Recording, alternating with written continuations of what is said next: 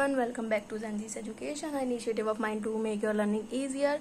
और आज हम पढ़ने वाले हैं गॉस थ्योरम, जो कि आपके चैप्टर नंबर फर्स्ट इलेक्ट्रोस्टैटिक्स का वेरी इंपॉर्टेंट कॉन्सेप्ट है, थ्योरम है, जो कि आपको काफ़ी सारे न्यूमेरिकल सॉल्व करने में हेल्प करेगी। इसको समझने से पहले हम सबसे पहले समझ लेते हैं इलेक्ट्रिक फ्लक्स क्या होता है। तो किसी भी सरफेस से परपेंडिकुलरली जितनी इलेक्ट्रिक फील्ड लाइंस पास करती हैं उसको हम इलेक्ट्रिक फ्लक्स बोलते हैं। एंड गॉस थ्योरम क्या कहती है, it says that total flux through a close surface is 1/ε0 times the net charge enclosed by closed surface. So किसी भी क्लोज सरफेस ने जितना चार्ज इनक्लोज कर रखा है, टोटल फ्लक्स उसका 1/ε0 टाइम्स होता है। So what does it said, total flux is charge enclosed by the close surface over ε0 times. So ये गॉस थ्योरम कहती है। अब इसको हम डिराइव भी कर लेते हैं। इससे पहले आपने इलेक्ट्रिक फ्लक्स का एक और फॉर्मूला भी पढ़ा होगा, दैट इज इक्वल्स होता है E/ds cos थीटा। ओके, सो सबसे पहले हम इसको इससे स्टार्ट करते हैं। So electric flux is equals to E/ds। अब इसको हम क्या करेंगे, इंटीग्रेट करेंगे। अब जब भी हम किसी भी क्लोज बॉडी का इंटीग्रेशन करते हैं ना, तो उसके इंटीग्रेशन पे यहाँ पे एक क्लोज साइन लगा देते हैं। इसका मतलब होता है हम किसी भी क्लोज बॉडी का इंटीग्रेशन कर रहे हैं।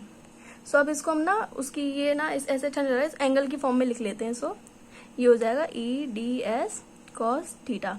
अब ds क्या है, ds यहाँ पे एक छोटा सा सरफेस है, तो यहाँ पे हम छोटा सा एरिया सरफेस हम मान लेते हैं, ये है हमारा ds, इसका एरिया वेक्टर। अब ये यहाँ पे इधर है, तो इसके लिए इलेक्ट्रिक फील्ड भी इधर ही होगी। सो इसके लिए इलेक्ट्रिक फील्ड भी इधर हो जाएगी। तो ds और e में एंगल कितना हो गया, cos हो गया 0 डिग्री। अब cos 0 डिग्री की वैल्यू क्या होती है, 1। सो हमारी एंगल की वैल्यू यहाँ पे हो जाएगी 1। सो इलेक्ट्रिक फील्ड हमारा इक्वल्स टू आ जाएगा इंटीग्रेशन ऑफ E/ds।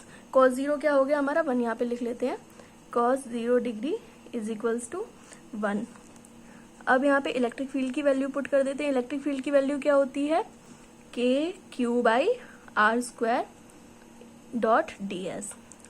अब ये देखिए, K क्या है हमारा, कांस्टेंट है, Q भी हमारा कांस्टेंट है, और हमारा डिस्टेंस भी कांस्टेंट है। ये जो R इसकी रेडियस है, ये भी कांस्टेंट है। ये तीनों चीज़ें हमारी कांस्टेंट है, तो हम इनको बाहर ले सकते हैं इंटीग्रेशन के।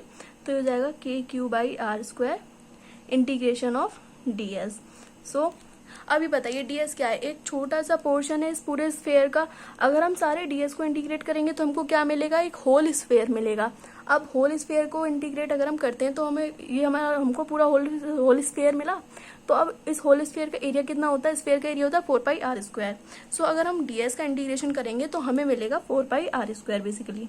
सो ये हो जाएगा KQ/r² इंटू 4πr²।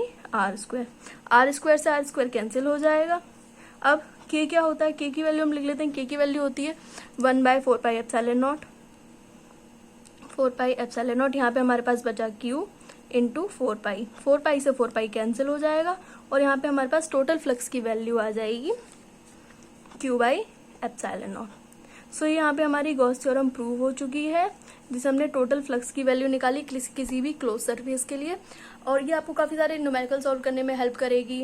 एंड बहुत ही ज़्यादा इंपॉर्टेंट कॉन्सेप्ट है, आपकी डेरिवेशन भी एंड होल कॉन्सेप्ट भी आपके बोर्ड्स एग्जाम के पर्सपेक्टिव से। So thank you for watching. Please like and subscribe if you like the video, and also share it with your friends, and also comment in the topics which you are struggling in. Thank you.